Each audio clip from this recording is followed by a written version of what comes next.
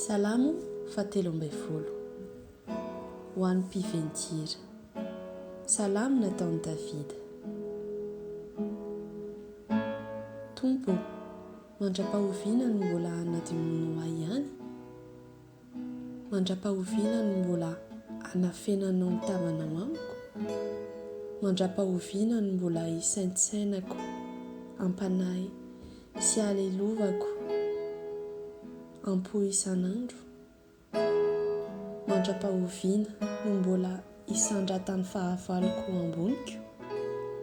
Jereo aho kavalio, Tompo Andriamanitro, ampazavao ny mazoto, fandrao reniky ny tolomaso fahafatesanao, fandrao ny fahavaloko hanao hoe naharesy azy aho, fandrao hifaly ny rafilahiko raha mangozohozy aho.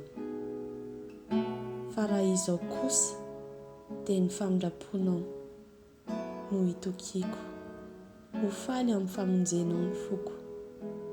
Hihira ho an'ny Tompo aho satria nanisy soa ahy izy.